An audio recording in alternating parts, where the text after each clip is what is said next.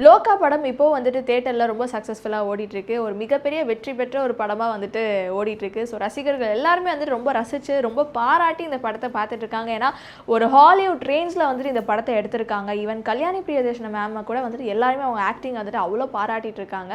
இப்போ ரீசெண்டாக வந்த ஒரு நியூஸ் என்னன்னா வந்துட்டு லோகா படம் கூடிய சீக்கிரத்தில் வந்துட்டு ஓடிடியில் வந்துட்டு ரிலீஸ் பண்ண போகிறாங்க அப்படிங்கிற ஒரு நியூஸ் வந்துட்டு ரொம்ப வைரலாக வந்துட்டு இருந்தது.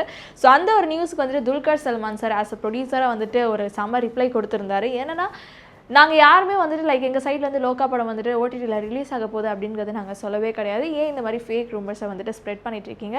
ஏன்னா இன்னுமே வந்துட்டு தியேட்டரில் லோகா படம் நல்லா சக்ஸஸ்ஃபுல்லாக ஓடிட்டு இருக்க பட்சத்தில் ஓடிடியில் வந்துட்டு ஏன் இப்போ ரிலீஸ் பண்ண போகிறோம் அப்படிங்கிற மாதிரி சொல்லியிருந்தாங்க. உண்மை தானே?